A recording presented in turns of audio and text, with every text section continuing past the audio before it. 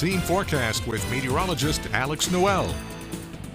Good evening, everyone. Let's talk about our winds first. We have seen a downward trend in our wind speeds, but we have this weak boundary passing tonight, so we could see some marginally breezy conditions throughout the day tomorrow. Not nearly as windy as it was just 2 days ago, and those winds are going to be definitely calm through the work week, picking up potentially by the end of the work week closer to next weekend due to our next boundary. Our low temperatures since midnight, so these aren't our right now tonight low temperatures, but happened earlier today in the morning. We're in the mid 40s, and the reason why we're bringing this up is because tonight's overnight lows are going to be almost 5 to 7 degrees warmer. This is due to winds transitioning from out of the north-northeast to realistically out of the east to southeast, and that's going to add more moisture into the environment. Water is going to hold on to that heat and energy, thus the warmer temperatures. And tomorrow, daytime highs will be slightly warmer, slightly cooler than today by 2 degrees, if that. That said, if we have more cloud cover, we'll be slightly cooler, but the more abundant sunshine and the more surface heating that we get, the warmer these temperatures are going to be, no matter what I say that they're going to be.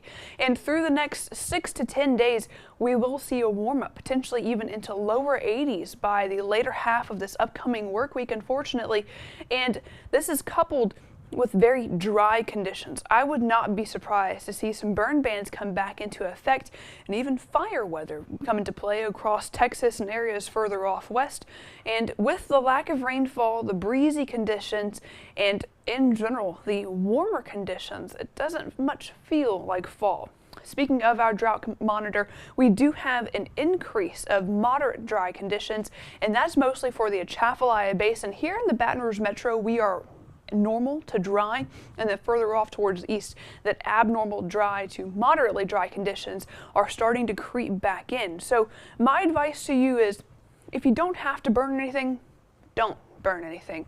On the future tracker, we were monitoring isolated to light showers due to a weak boundary earlier this afternoon and evening. That is still threatening to slowly migrate through the area. And I say threatening because of how slow it's moving. There's nothing threatening about the boundary. High pressure filters in through the week, especially on Wednesday. That's going to take all of the rain chances out of the forecast realistically until the later half of the work week as we encounter our next boundary. But as long as high pressure is in play, there's not a whole lot of moisture for it to work with. As a recap, tonight overnight lows, you're a bit warmer in those lower 50s and upper 40s. Tomorrow daytime highs rebound all the way to upper 60s and lower 70s, seasonal with a few daytime clouds. And through the next 7 days, enjoy the abundant sunshine. That is going to be the main part of the forecast until potentially later this upcoming work week and weekend. Bree, back to you.